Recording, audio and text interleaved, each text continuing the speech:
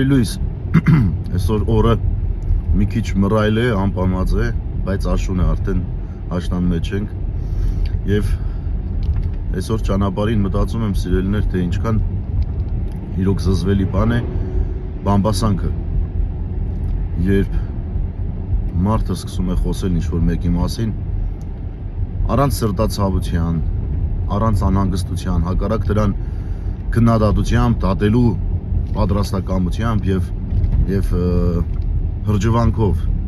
այն իմաստով, որ տես այսինչ մարդը սխալ է արել եւ հրճվում է դրանով։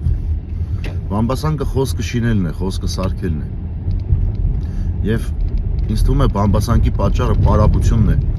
եւ անհեռատեսությունը, կարճամտությունը։ Ուրեմն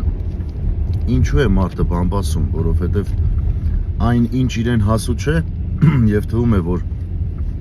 ինքը հասկանում է, որ դա իրեն հասու չէ, բայց իր համար նախանձելի է, իր համար զայրույթ առաջացնող է, քանի որ իրեն հասանելի չէ, սկսում է դրա շուրջ բամբասել։ Բամբասում է, որպեսզի ըստ երևույթին իր սիրտը մխիթարվի, որը հետո դառնում է սովորություն եւ այդ սովորության մեջ ապրում է մարդը։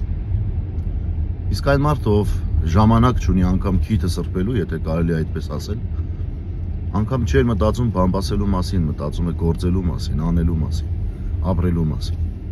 Ուրեմն սիրելիներս, հեռու մնանք բամբասողներից, հեռու մնանք այդ տեսակ մարդկանցից, որոնք անելիք չունեն, բացի նրանից, որ ուրիշների արածները քննադատեն, դատավոր դառնան ուրիշներին եւ փորձեն ցույց տալ, որ իրենք ամենալավն են, իրենք ավելի լավն են, քան մյուսները։